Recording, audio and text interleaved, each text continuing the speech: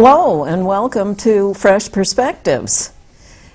My guest today is Terry Beck from Fredonia, right? I actually live in Dunkirk. But Dunkirk, yeah. okay. Terry is a traditional acupuncturist, a shiatsu practitioner, and a Tai Chi instructor. Now, shiatsu is a type of massage. Yes, it is. It's a Japanese massage, actually. It's not the typical massage where you go and people are rubbing you and you're unclothed. Shiatsu massage was designed to be done on the floor, fully clothed, and I chose to study it because it's similar to the ideas behind acupuncture, meaning that we're working on these lines of energy called meridians and acupuncture points, but the massage is done with palming, so you're pressing into the areas, or you're doing thumb pressure, and a lot of stretching, a lot of manipulation of the joints. So it's extraordinarily not only relaxing, but it's also the health benefits behind it are very profound. And it was also designed originally by the Japanese, but with blind practitioners. Because it's all really? Yes, it's all done with the feel of the body and how you do that. So you don't have to actually see what you're doing. Of course we do, but so as a shiatsu practitioner, I'm right on the floor, right with them, moving all around the body and just letting people completely relax. So I also chose to do it because a lot of the people that I see who are afraid of needles, which we'll talk about later, it's a way for me to be able to help them without actually putting a needle into the acupuncture point. So. Oh, well, it's nice that you can benefit them then. Now, I interviewed Bill Kulick a week ago, and I mentioned to him that you were going to be on today, and he said that you teach dance at the college at Fredonia. I do. I teach a dance improv course, and I also teach a course called Movement for the Stage, where I'm working with young actors. And I've been doing dance and movement longer than I can imagine at this point. I went to Temple University years and years ago to become a special education teacher, and I fell into dance quite by accident. A dance course was required, which I fought tooth and nail, because I thought, what? Please, come on. So, but my advisor at the time kept saying, you've got to take this dance course, just do it, don't fight it. It's 2 credits, you don't have to do homework, etc., etc. And he kept pushing it, and I came to find out later that that advisor had had polio as a child and studied dance his whole life, because he fell in love with the art form. So he was always pushing dance and the arts. So I was very fortunate that my first teacher was extraordinary, and it opened up a whole new world to me. So within a very short time, I had changed my major, and I was doing dance full time. And shortly after that, I was in a professional company, and then later I started my own company, and I'm happy to say I had a rather successful career touring all over the world and based in Philadelphia. It was great. It was a great time in my life. And that, then, we can talk about how it led me into these other art forms. Yeah. Did you want to talk about that first, then, or? Well, sure. I know we're talking about Tai Chi today, and as a young dancer and like a hungry puppy wanting to learn everything about movement that I possibly could, somebody said to me, you need to take a Tai Chi class. And I, like most people, certainly at that time, had no idea what that was, and asked, well, what's Tai Chi? He said, don't worry about it, just go take it, just like the dance course. It's like, fine, I'll do that. So I was very fortunate to study with a woman named Maggie Newman, who was a master Tai Chi practitioner. She's extraordinary. And she's now in her 90s, still teaching Tai Chi, living and working in New York City. And the teaching of Maggie was, again, so profound to me, and how it really entered my life and became a regular part of my life, that all these years later, now I teach it and incorporate it in my acupuncture practice, in my dance career, also at the university. My Movement for the Stage class, for instance, they get, as a part of that class, they get a Tai Chi class every week with me. And it's really because it incorporates everything that I would be teaching them anyway, in terms of centeredness, strength, ease of movement, balance, all the things that are beneficial from Tai Chi work right into what I would teach them anyway. So they're getting 2 for 1. It's good. Yeah, it sounds like a lot of fun. So what are the benefits of Tai Chi? Oh, well, you kind of mentioned that, didn't you? Well, and it's people can come to Tai Chi at any age, and that's the beauty of it. Tai Chi is, for those who don't know, is the national exercise of China. So when you see documentaries about China and you see big open squares with lots of people moving in a very slow way, most likely they're doing some form of Tai Chi. They also may be doing Qigong, which is another form of exercise that's done, and there's various there's all kinds of variations of Qigong. But again, Tai Chi is the national exercise of China, and it's done really by hundreds and hundreds of thousands of people on a daily basis for exercise and health benefits. In China, for instance, when you go into a hospital setting, you're given, of course there's much more Western meds now done in China, but you're given that, you're given acupuncture, you're given Chinese herbs, and you're giving Tai Chi as part of the whole health plan. So it's offered in the hospitals as well. And these forms, Qigong and Tai Chi, etc., are also thousands of years old, like acupuncture, and have been shown to be beneficial. So when I say anybody from in any stage of life, in any age, can do Tai Chi, absolutely. And that's why in a lot of my classes I have seniors who come to this because they want a form of exercise that they can in fact benefit their health, their balance, etc. Seniors who come to take Tai Chi, one of the main reasons they come, I often find, is that they're concerned about balance, and also being sedentary, because the more sedentary you get, the more your health will decline, and also the more your balance will lessen. So doing a very simple Tai Chi form on a daily basis or Qigong, allows people to be able to move through their life. For instance, Maggie, my teacher, in her 90s, still teaching, she absolutely says that the reason she can still be teaching, can be still fully living her life, is because of doing things like Tai Chi. How old is she? About 92 now. 92? Yeah. Yeah. I've seen people as old as 100 doing advanced yoga poses and things. You know, it's, a lot of people think that getting all stiff and everything is part of the aging process, but it's not. If you keep doing your exercises, you'll maintain your flexibility. It's such a mindset when people start to think that, oh, well, I'm this age and this is what's to be expected. It's nonsense. It's complete nonsense. And there are more and more people finding what nonsense that is. You know, we're designed to be able to live a very full, fruitful life and be able to move all our lives. Yes, we have to make variations as we get older, but there's no reason why we have to become sitting in a chair all the time. So. Yeah. Now, I've heard that Tai Chi and Qigong are like the basis of the martial arts. Well, yeah, they a lot of the Tai Chi is referred to as a soft martial art. In other words, it's not about striking or hitting or being defensive. It's all about being offensive. So Tai Chi is not only is it a martial art, you know, it's a form of meditation, and it's often called meditation in motion, and it's also a health benefit exercise. So people study it for various reasons. You can, a lot of the harder martial arts, like karate and jiu-jitsu, etc., will also study Tai Chi as a way to learn about the subtlety of movement as well, not just the hard edge of it. And it's very powerful unto itself.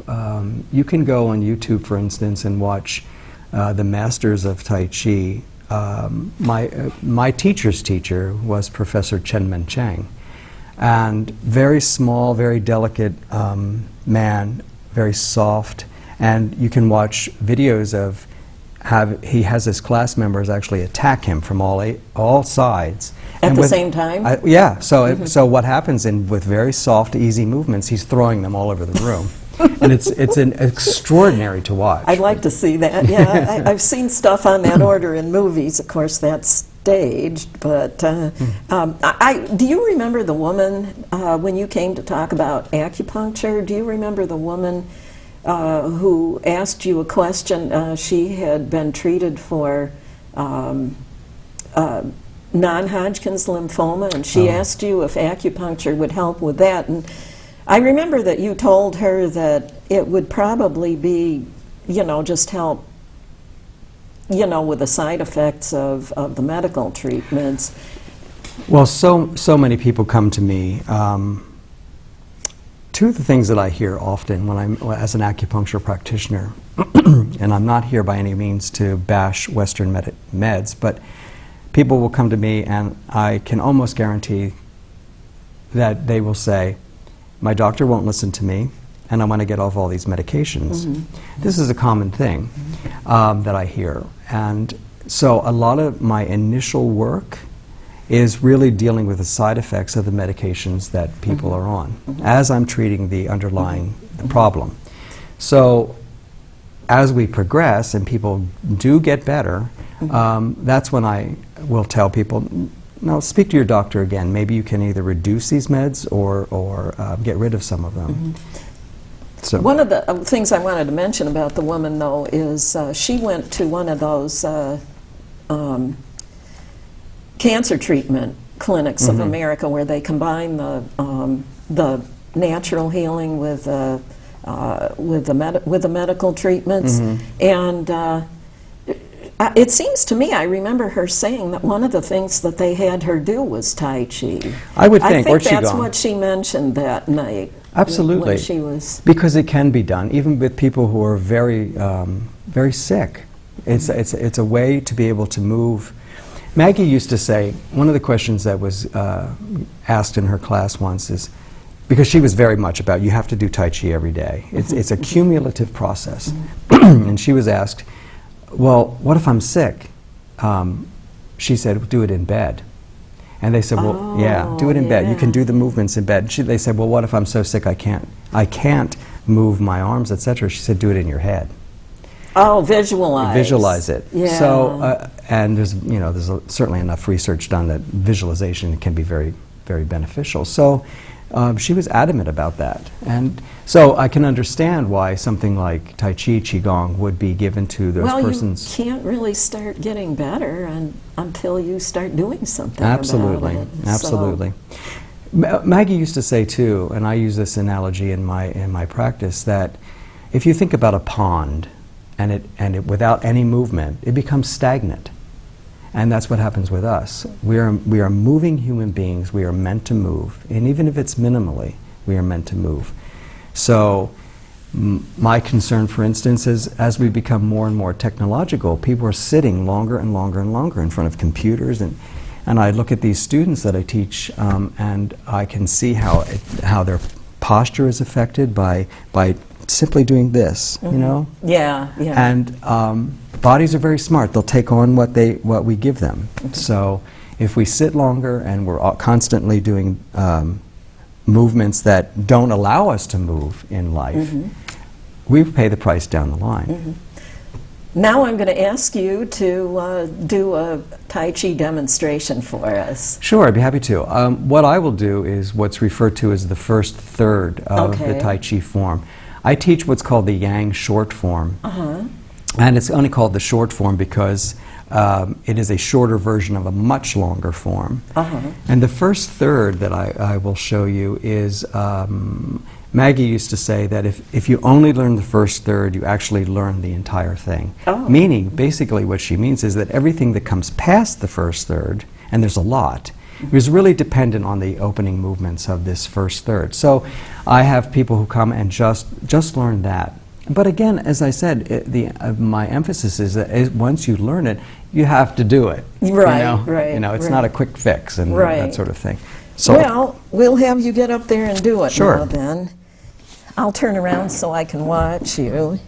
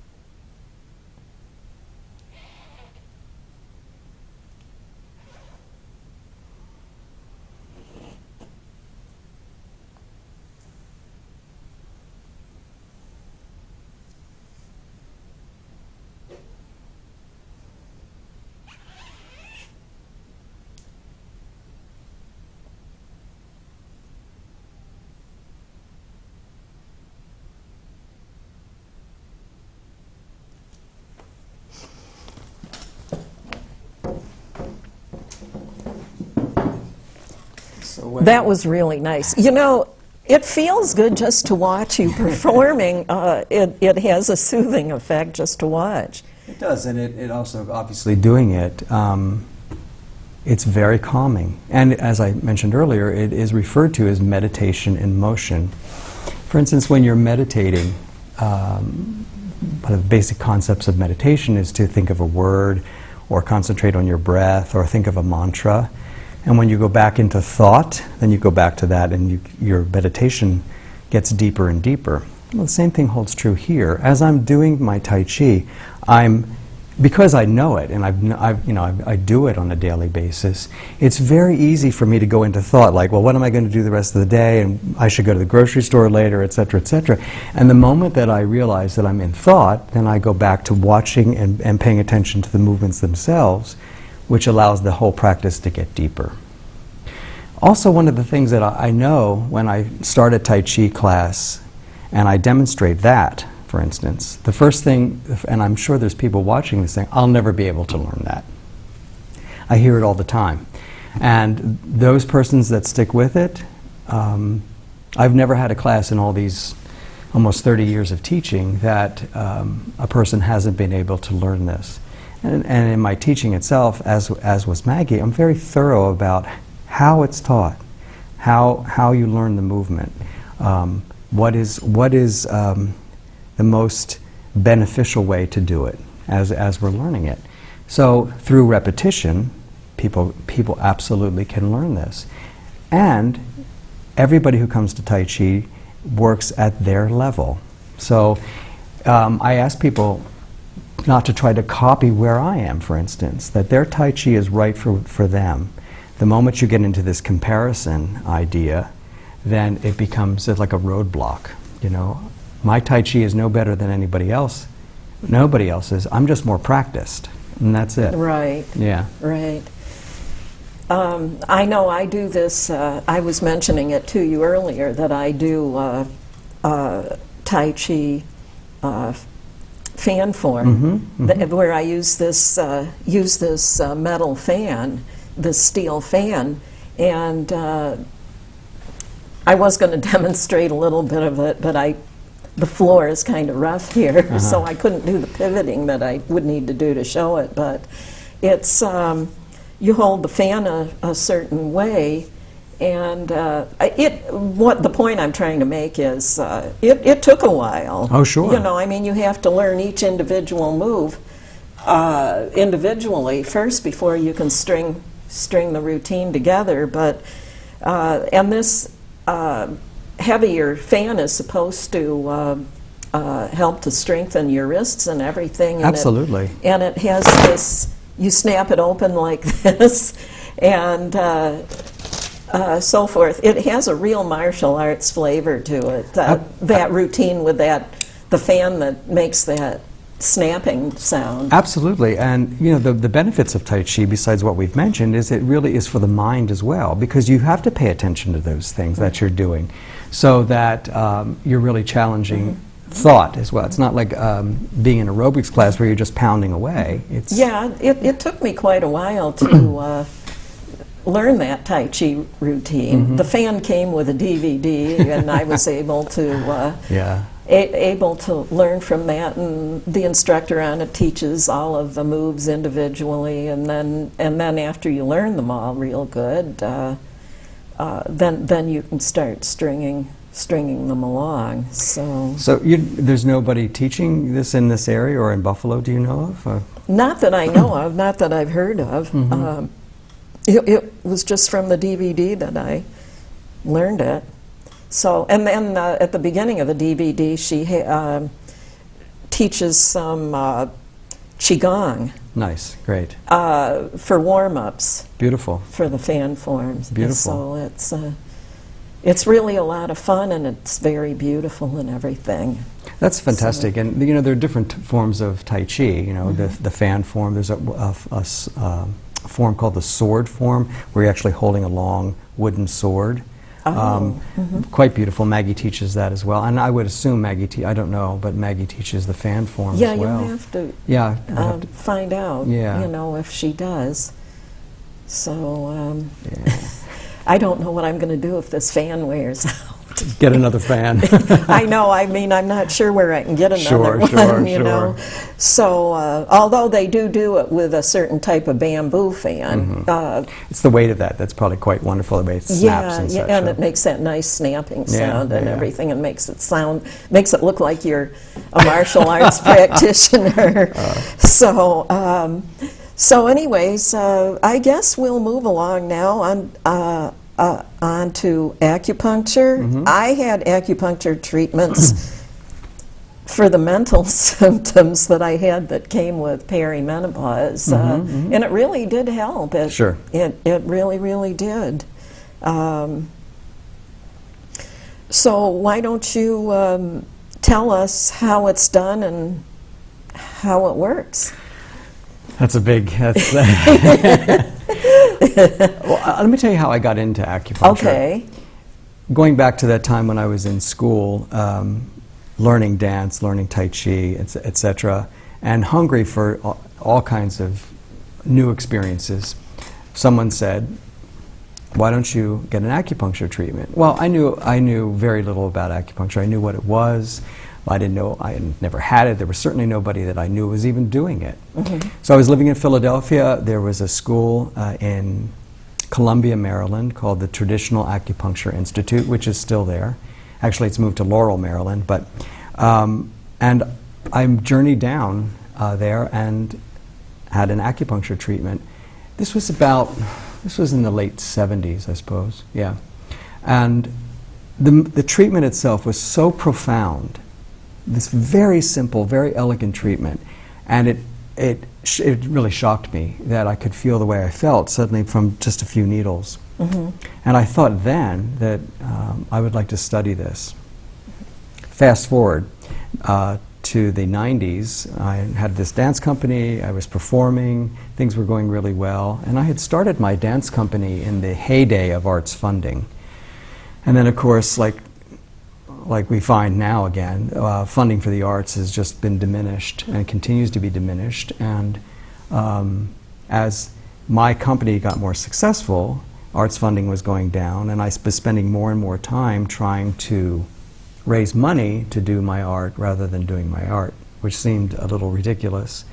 So a lot of events, which we won't go into now, but finally I decided that I was going to change my career, and because I had been doing Tai Chi all these years, and they go hand in hand, the lessons are so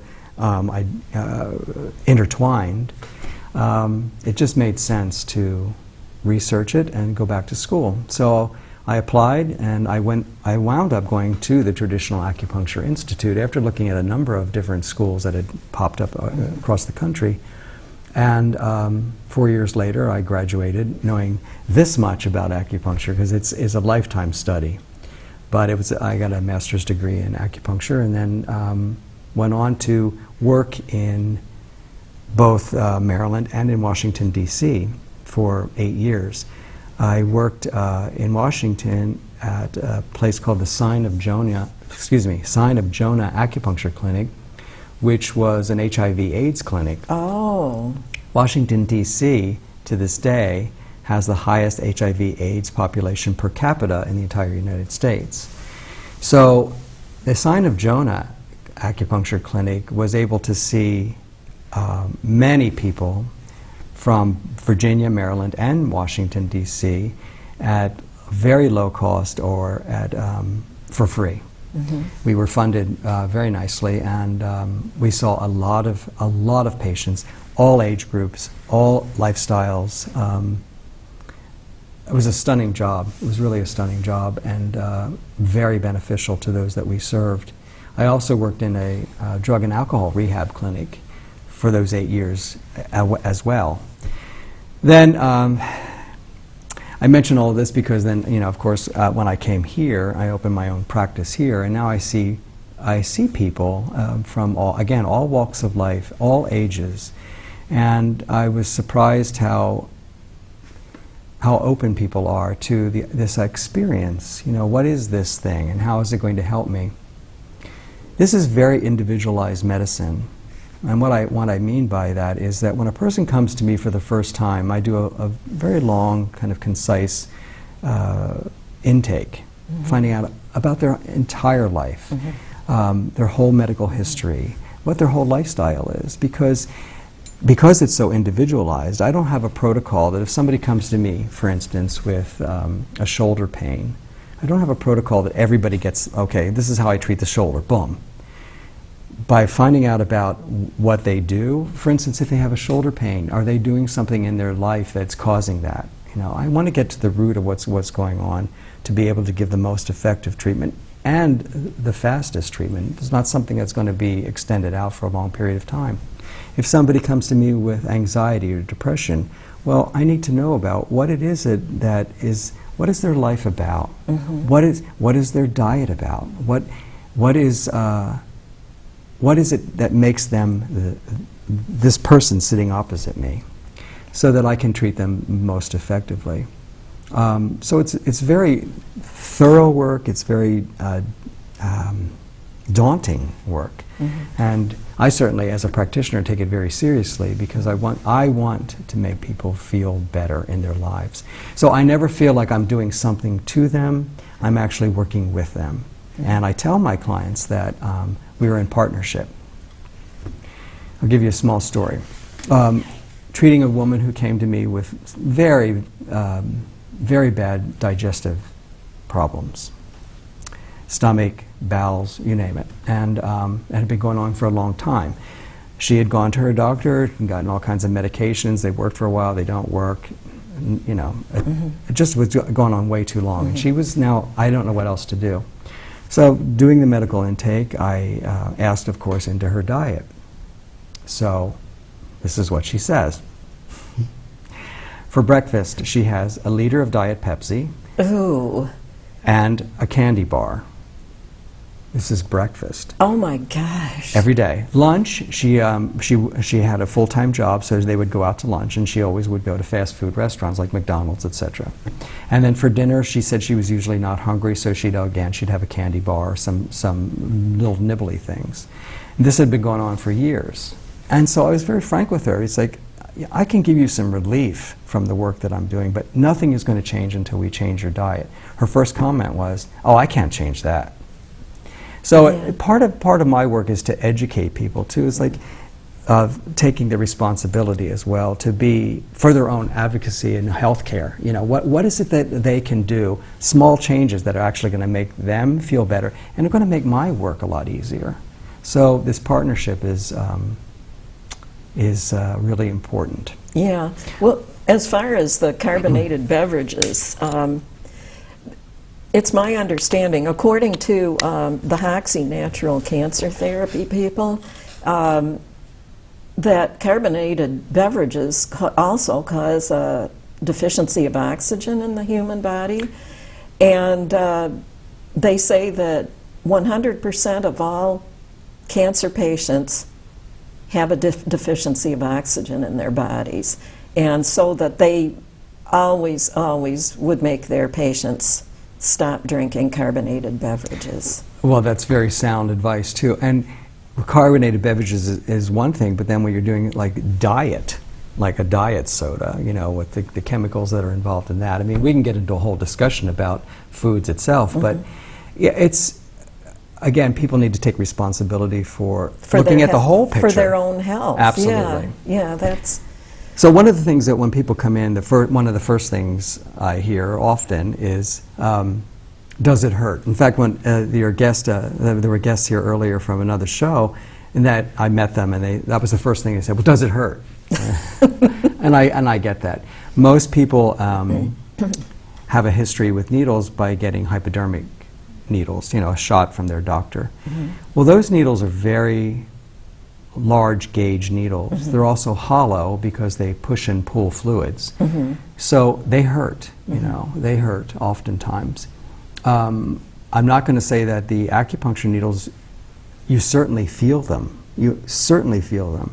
But it's not the kind of pain that's involved when you get a shot. Also, once I put the needle in, and I'll show you some needles in a moment, once I put the needle in and contact the energy of the body where I'm looking, the initial response goes away. You don't feel them after a while. And most people in my practice fall asleep on the table. I retain the needles. I retain them for like 45 minutes approximately, depending on what I'm treating. Also, the needles, well, let me show you while I'm talking about this. I brought an orange to stick them in. The needles I use are all pre-sterilized, one-time use only, of course, so it's perfectly safe. And Hollywood's actually done a real disservice to acupuncture because people come in thinking I'm going to use hundreds of needles and that I'm going to be putting them in the place where there's pain. So if a person, again, going back to the shoulder pain, think I'm going to use like, you know, dozens of needles all over the place in the shoulder. That's a very rare thing. I will put needles in another part of the body to treat the shoulder much more effectively, and as few needles as possible. Well, you know, when I had my first acupuncture treatment, the first time I was scared Sure. before the process got started. But anyways, then I had one of those experiences you referred to as profound, where I felt so much better, so almost miraculously better by the time he was taking the needles out. Absolutely. Than before he put them in. And after that, I was never afraid of them again. After that, partly because it didn't really hurt, but also partly because it was worth going through because I felt so much better after getting one. Sure, you bet. And it depends on what's being treated as well. I don't know if you can And they see don't shove them in very far anyway. Well, it depends. It depends Does it? on where on the body, you know. So, but if you can see here how thin these needles are, and these are different lengths. I use all kinds of different lengths of needles.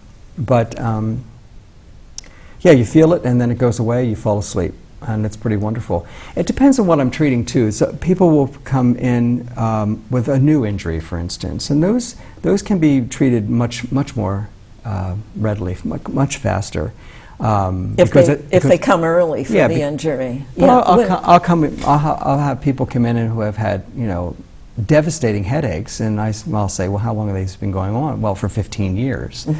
It's like, okay, so getting to the root of that and treating that, or an old injury that they've had for a very long time, that takes a little bit longer. But My goal, absolutely, is not to have people become dependent on acupuncture, but quite frankly, become independent of acupuncture, so that we get them treated and feeling better, and then they come back for a tune-up when they need it. That's the goal. It's not to have, okay, I tell people too that if you go to an acupuncturist and they say to you that I'm going to use about 50 needles and I'm going to be treating you for the next year and a half, find another acupuncturist. Oh, is that right? Yeah, because that's just, in my opinion, that's really unnecessary. Really. So it's, as I said, it's daunting work. It's fascinating work, and it's humbling because people will bring to me their life and their life story, and I take that very seriously. That they're sharing this with me, letting me in. So I'm often surprised what people will share with me. Also, I am very clear with my clients that anything that they tell me is strict confidence. It doesn't leave my office ever. So, indeed. Yeah, I felt very comfortable with the person that I got acupuncture treatments from. Yeah. When people ask me about, whether they'll move away and they're looking for other acupuncturists, I always say, interview your acupuncturist, because because they're in partnership, rapport is important. Rapport is very important, I think, because it just allows for the healing process. Same with doctors too. If you feel uncomfortable with your doctor, I suggest finding another doctor if at all possible, because you're dealing with your health and your life, and you're putting it in somebody else's hands, again, in this partnership. If you don't feel like you're in partnership with your doctor, then that's another reason to find another doctor. Find somebody who will listen to you and take seriously what you're saying. I had a client come in recently who was dealing with cancer, and she said that she was tired of being treated like cancer. So she'd go to her doctor, and that's all they talked about. And so she felt like he was looking at her as cancer, not as a human being dealing with the situation. So that's pretty powerful. That's pretty powerful. And when you're dealing with such a devastating illness, you certainly want to be heard in all aspects of your life. So yeah, it's extraordinary work, all of this. More and more doctors now, Western medical doctors, are looking at acupuncture as something that is real and beneficial. When it first came to this country, after Richard Nixon had done his famous China trip, and all of a sudden acupuncture was, people had never heard of it before, and then it was suddenly people were looking at it. It was poo-pooed for the longest time. And now again, because this is a practice that's been around for over 5,000 years. So it's not some new age thing that came down the pike 3 weeks ago. It has a history, and the history of it is really that it's beneficial. So more and more doctors are now becoming acupuncture practitioners, which is fantastic, I think, in one respect, because they're looking at it seriously. On the other hand, in my personal opinion, it often does a disservice to the practice of acupuncture. For a medical doctor to become an acupuncture practitioner, they only need 200 hours of training. In my school, I had over 4,200 hours of training. Wow. So what that means basically is that a medical doctor will learn a handful of points that they use over and over and over again. They get some basic theory, and then they're sent out into the world to do acupuncture. So I've met a number of people over these years who said, "Oh, I've had acupuncture; it doesn't work." And so, okay, well, who was your acupuncture practitioner? Oh, it was my doctor. So that answers my question a lot. And again, I'm not bashing Western med, but it is such an art, and it is such a learning that that to do it on a very simple scaled down version, again, does not do a service to this art form. It is deep, profound work.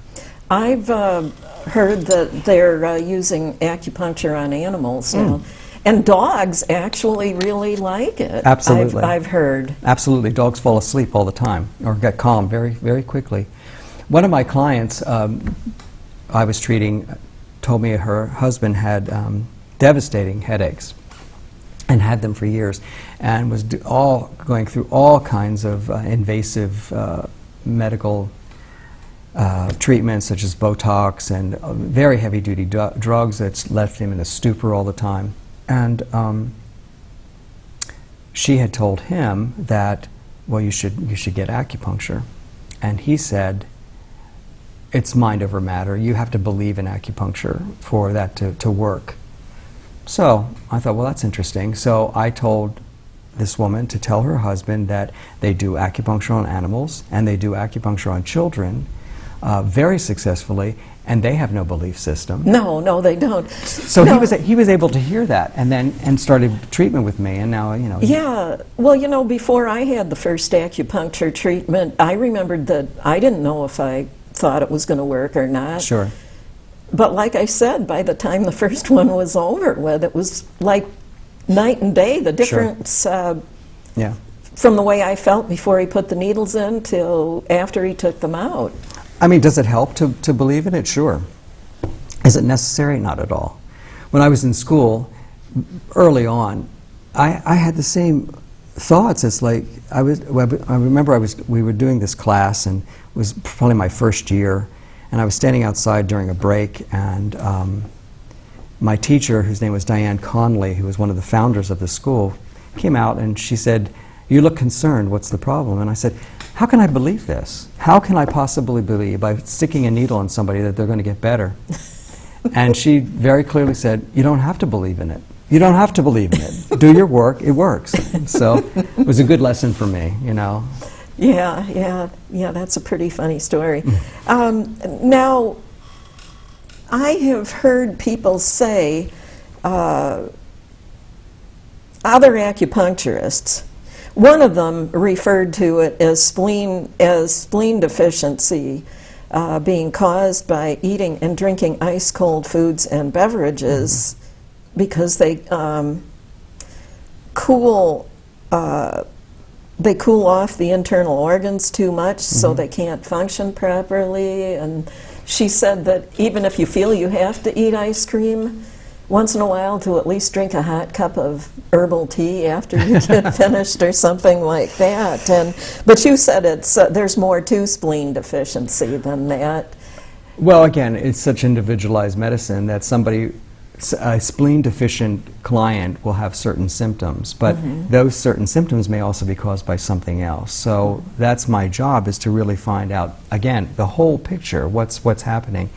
The idea of drinking ice cold beverages and foods all the time, it will have an effect on your body. There's no doubt about that, and that is one of the terms that's used for that. I mean, there are people who live on ice cold beverages all the time. One of my questions in my intake is, do you drink a lot of iced beverages, etc., or do you people live on salads, for instance, cold foods? So after a while, the body is trying to deal with that as a phenomena, and again, we pay the price. My belief is all things in moderation. Do I think that having an iced tea once in a while is going to hurt you? No, I don't think so. But if you're living on that, that's another thing. Foods like ice cream are actually very hard on the body. And people love ice cream, of course, but besides the fact that it's cold and it's dairy and it has sugar in it, I mean, you start to list the things that are actually the body has to deal with by eating, a bowl of ice cream. And I have clients who've come in and say, you know, they're consuming a quart of ice cream every day. It's like, Oh, gosh. so you can imagine, again, the kinds of things that might lead to. So again, my job is to say, yeah, maybe you should reduce that. Let's see how we can change that up a little bit. So. Yeah, I don't eat ice cream. I haven't actually had any in years. Sometimes just for a special treat, if I'm at a health food co-op or the health food department at Wegmans or something like that, I will pick up, you know, maybe one serving. You can get them. They also serve them, sell them in individual servings. Some of the vegan Sure. ice cream treats. I wasn't going to say regular dairy ice cream. It's only when I can get one of the vegan ones. Yeah. Well, that's tough but to find. Yeah. And again, I go back to this idea of things in moderation. I mean, you know, my job is not to make people feel like they're going to be denied certain things that bring them pleasure, you know. But let's talk about, again, how much you consume, how often, etc. Really to have people be mindful about their food and their bodies and how best to live healthfully. Yeah, I remember my guru, Swami Muktananda, he, did you ever hear of him? I have, yes, absolutely. Did you ever meet him? No. Oh, that was a special treat. But I remember he always used to tell his devotees, don't eat ice cream in the winter months, you'll get more frequent colds. Yeah, sure. It makes sense. Also, I mean, there's all kinds of theories about dairy foods being phlegm producing.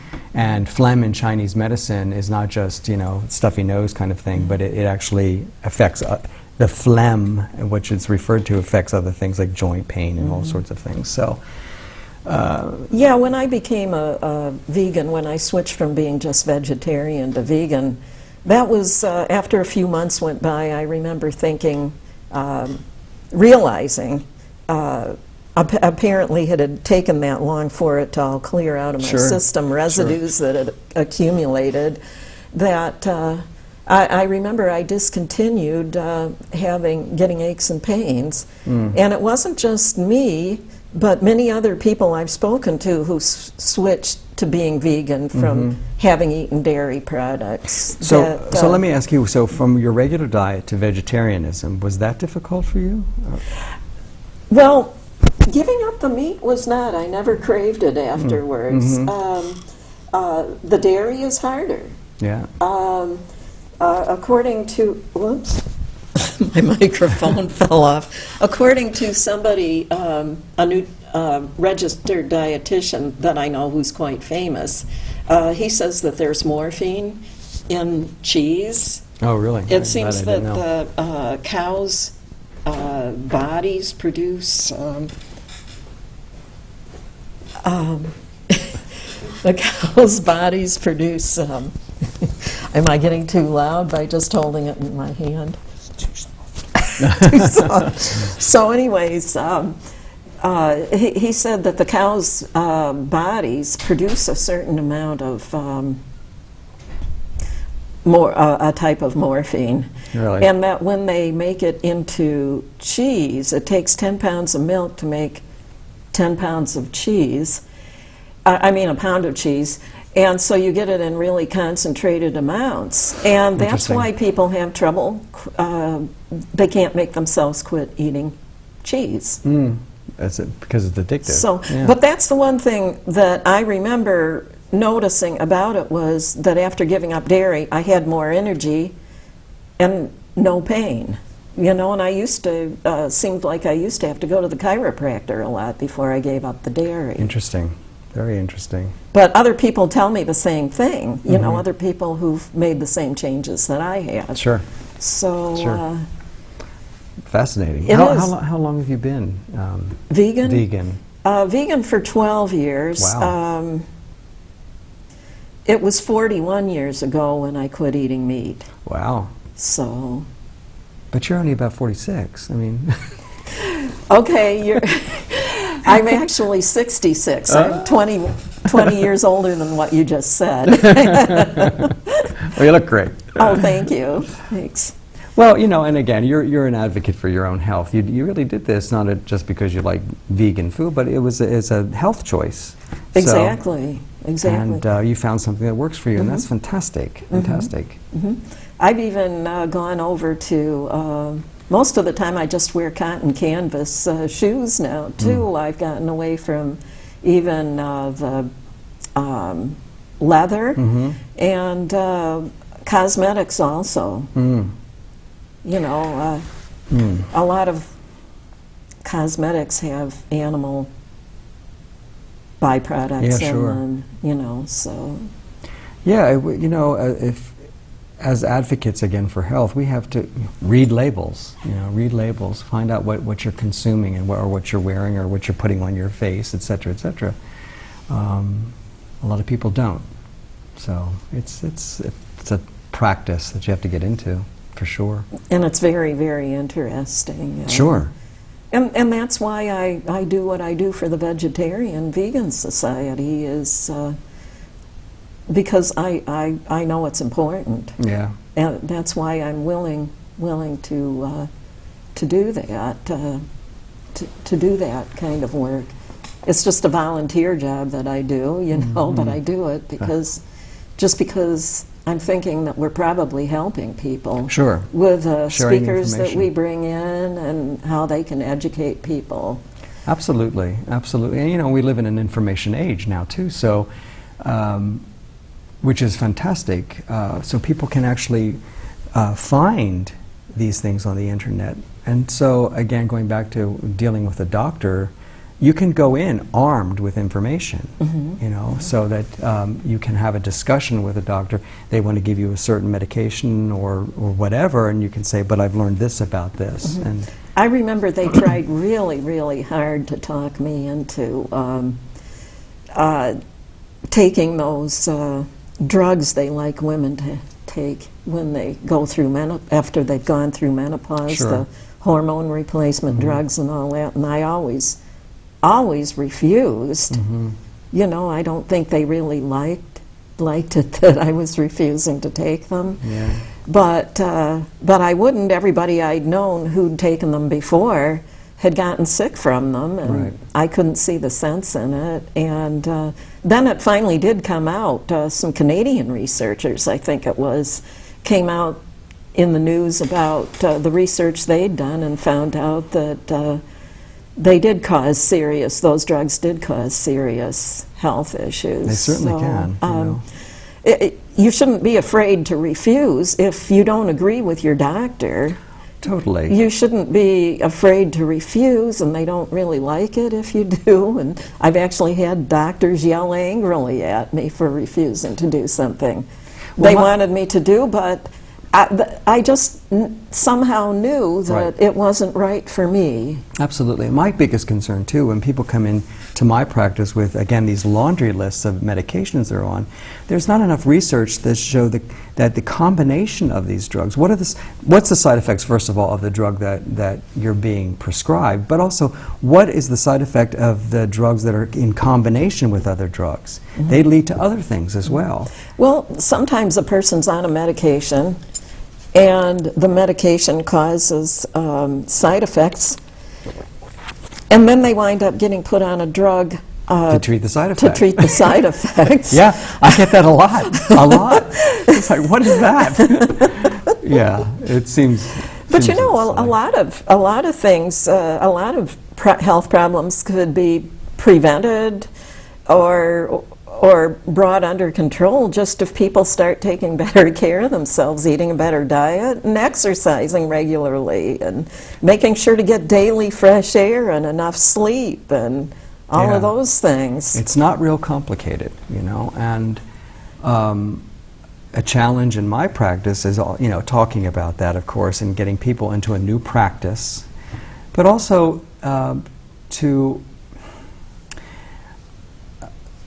people are so used to going to a doctor and getting a pill which will make them maybe feel better temporarily, and then going and get another drug and another drug, et cetera, et cetera. So when they come to me and they want that, I don't have a conversation like this. I don't have a fix-it conversation. I have people say, just fix me. Well, you're not broken, first of all. And secondly, this may take a little time. So with it's sometimes I have absolutely seen people come in with a lot of pain and leave with no pain. I have seen this a number of times. Sometimes it takes a little bit longer. And again, going back to that idea, it depends on how long they've had it. So I try to ask people to trust in the process. Trust in the process. Most do, some don't. And so and again, really getting them to deal with their lifestyle. What are the small things, like all the things that you just mentioned, that I can add to what I already do, which are going to make me feel better? Indeed. Indeed. It all has to do with taking responsibility You bet. for your own health. Absolutely. Just because you have really good health insurance is no excuse Yeah. for not taking really good care of yourself. Right.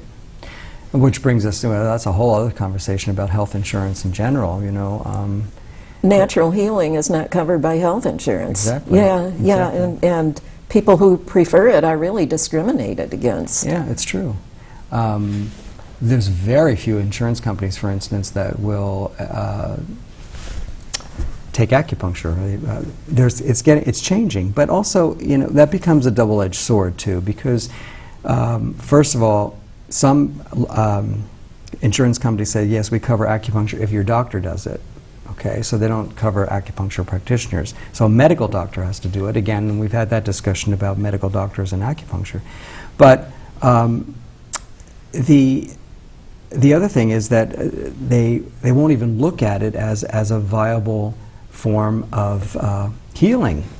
So, and if a insurance company starts to accept acupuncture to be covered, then they are going to start also dictating, okay, headaches gets 10 treatments, backaches get 20 treatments, or 5 treatments, or whatever arbitrary number they decide. It's individual medicine. I can't say in 5 treatments you're not going to have that back problem anymore. You may have it you may not have it after 1.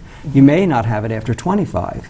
So what happens if I'm treating somebody and they have the 5 treatments that the insurance company has said that they can have, and we're not quite there, and they stop? It does a disservice. Because of the individuality of the Right, absolutely. different patients. Everybody's different. Right. And in my practice too, I have a wildly sliding scale. I would never want anybody to come to my practice and say they can't afford it. I will work with anybody to make sure that they can in fact come and be treated, and for as long as we need, and to feel comfortable that they're not worried about how am I going to pay for this. I personally can't work that way. I can't. So I see a lot of very poor people. That's what Harry Hoxsey, the founder of the Hoxsey Natural Cancer Therapy, it was actually his. Whoops, we're down to less than a minute. Okay. Oh my gosh, maybe That was fast. I was going to tell a story here, but I guess we're running out of time.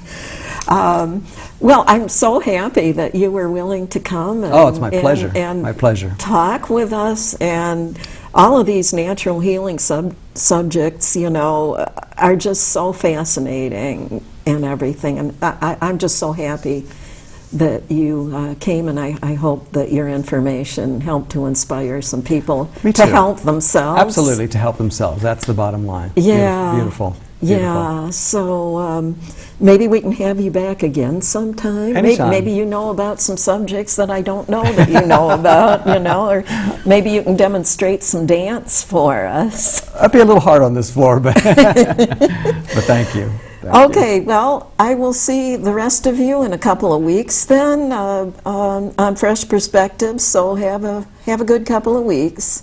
Bye-bye.